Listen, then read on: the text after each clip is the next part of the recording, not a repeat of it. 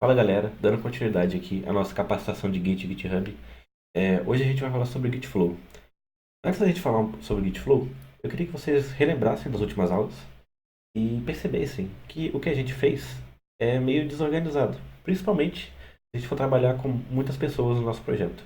Imagina que tem, sei lá, 5 desenvolvedores que estão trabalhando naquela história que a gente estava fazendo e que todos estão trabalhando na mesma branch. Todo mundo está na main, todo mundo faz seus commits separados e joga junto lá na main. Cara, isso vai virar um caos terrível. Ninguém vai saber o que está acontecendo, quem que fez a última coisa. Tem alguns problemas que podem acontecer com isso, que a gente chama de conflitos, que a gente vai ver mais pra frente no curso. Enfim, é um desastre total. O Gitflow, ele vem para poder ajudar a gente com isso. O Gitflow, ele é um fluxo de trabalho, ele é uma metodologia, uma estratégia que a gente segue para trabalhar em equipe e evitar esses problemas que podem acontecer. Ele organiza o nosso fluxo de trabalho, ele facilita o versionamento, as correções que a gente fizer no nosso código, ele ajuda bastante na qualidade e nos testes que a gente vai fazer antes de mandar o nosso código para o ar. Então, vamos ver um pouquinho na prática de como é que ele funciona. Se vocês lembrarem das aulas passadas, a gente trabalhou bastante com a branch main. Aqui no Gitflow, ela vai continuar existindo, só que ela vai ter um papel um pouco diferente. Ela vai ser a nossa branch de produção. Vai ser onde fica os nossos aplicativos finais e essas versões dele, que podem ser publicadas, que o cliente pode acessar de modo geral. Além dela, de branch principal, a gente também tem a Develop. A Develop, ela vai fazer o papel de armazenar o nosso aplicativo que está em desenvolvimento. Então, se uma funcionalidade ela ainda não está totalmente completa, ou se ela não foi testada o suficiente para ir para a produção, ela vai ficar aqui na Develop. E além dessas duas branches principais, a gente tem as branches de suporte, que seriam, aqui no caso, a Feature, a Hotfix e a Release. Começando pela Feature aqui, ela é feita para a gente desenvolver funcionalidades específicas da nossa aplicação. Então, vamos pegar o exemplo do e-commerce, por exemplo, e que você quer desenvolver o carrinho dele. Você não precisa, não é recomendado que você desenvolva esse carrinho direto na branch de desenvolvimento.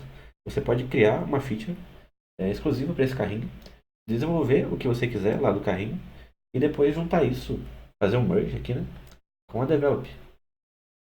E isso facilita, porque cada dev pode trabalhar uma funcionalidade específica e depois juntar isso na branch de desenvolvimento. Além dela, vamos falar da branch hotfix. A hotfix ela é feita para arrumar erros urgentes que estão em produção. Então, se algum bug estiver acontecendo em produção e o cliente é, tiver necessidade urgente disso ser atualizado, ela não precisa nem ir para develop para ser, vamos dizer, consertada. Você pode só criar uma branch que vem direto da produção aqui. Você arruma esse erro e faz um merge direto em produção e cria uma cópia para develop também. É, um exemplo que pode acontecer desse erro urgente que faria a produção parar de funcionar, seguindo o exemplo que a gente estava falando do e-commerce, seria, por exemplo, você clicar no botão de comprar e não acontecer nada. Isso seria tenebroso, porque o cliente não conseguiria comprar o seu produto. E, por último aqui, tem a branch de release. Release, no caso, né? Ela é uma branch de pré-lançamento.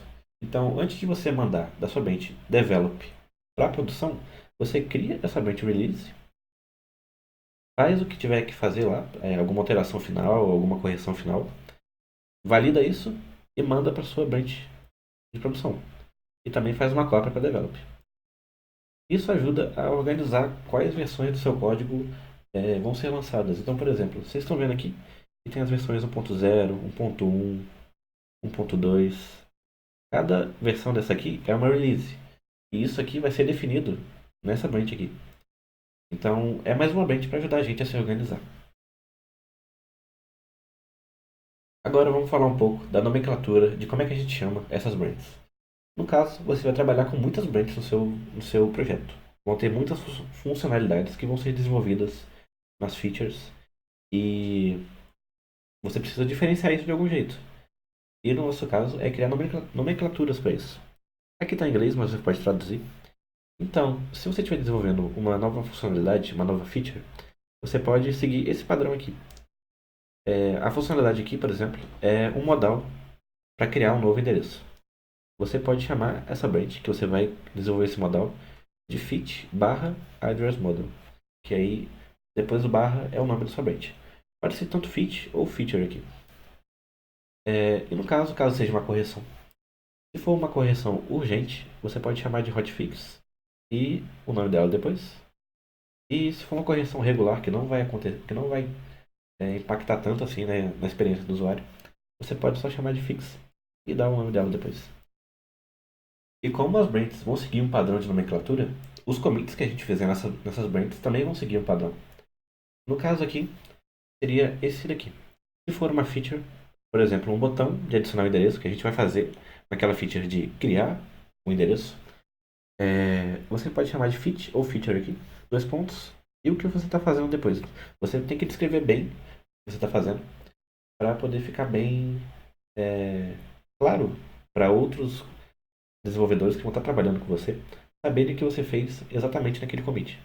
Então, se você vai criar um botão de adicionar endereço, você cria uma fit e diz que você está adicionando um botão de endereço. Se for uma correção, você chama de fix.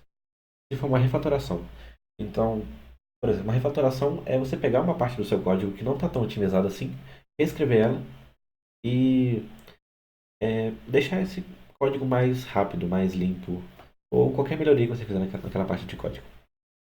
Então você fez uma refatoração, você só chama de refactor, dois pontos, e o que você fez.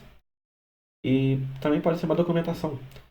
No caso, adicionar comentário numa função ou numa parte do código que não está tão bem explicado assim, você vai lá e faz um commit só para documentação. E esses nomes, eles não vêm do nada. Essa nomenclatura, ela não foi criada aqui na Byro. Ela segue um padrão que a gente chama de conventional commits, que está nesse site aqui. Então, nesse site tem muito mais nomes diferentes do que a gente viu, além de fit, além de documentação, além de refatoração. Vai ter muitas outras nomes de commit específicos que vão te ajudar a documentar o seu código e deixar ele com muito mais qualidade. Então, eu vou deixar esse link na descrição para vocês e vocês podem dar uma olhada depois por conta própria. Além desses padrões de nomenclatura, também temos algumas regras de commits. Então, no caso aqui, isso é uma parte mais de gerência de projetos. Então, quando você estiver trabalhando no projeto, você vai ter lá, seja um Trello, seja um Gira ou no Notion, vai ter lá as tarefas para cada membro e cada tarefa vai ter uma identificação. Nesse caso aqui, vocês podem ver aqui o print do Trello, a gente tem a rota de cadastro que deve ser criada, a rota de login e o formulário de login. Cada um deles tem um número. A rota de cadastro, por exemplo, é o número 8, a rota de login é o número 9 e esse formulário de login é o número 6. Então, quando você for fazer um commit, que você trabalhou nessa funcionalidade, nessa tarefa, é uma boa prática você documentar isso no próprio commit. Então, se você implementou sua rota de cadastro, você criou uma feature, você fez uma funcionalidade. Então, você chama de fit, entre parênteses, você passa o número dessa tarefa e descreve o que você fez. Mesmo caso para consertar uma validação de login, aqui no caso do número 9, né? Ou adicionar comentários no formulário, no caso do número 6. E não são só para novas funcionalidades que a gente coloca essas identificações. Também tem os GitHub Issues. Os GitHub Issues, a gente vai ver um pouquinho mais para frente no curso, mas eles têm números atrelados a cada um deles. E eles servem para organizar os problemas que derem no nosso código e você conseguir arrumar isso ao longo do tempo e deixar bem documentado. A gente vai ver isso mais ao longo do tempo e vai ficar mais claro. A referência desse conteúdo que eu passei para vocês, ele vem aqui desse site do Alura. Está bem explicadinho lá, está muito bem explicado. Eu vou deixar esse link para vocês também. E de teoria, acho que é isso. E na próxima aula a gente vai ver um pouquinho na prática de como é que a gente faz, como é que a gente trabalha com esse Git Flow.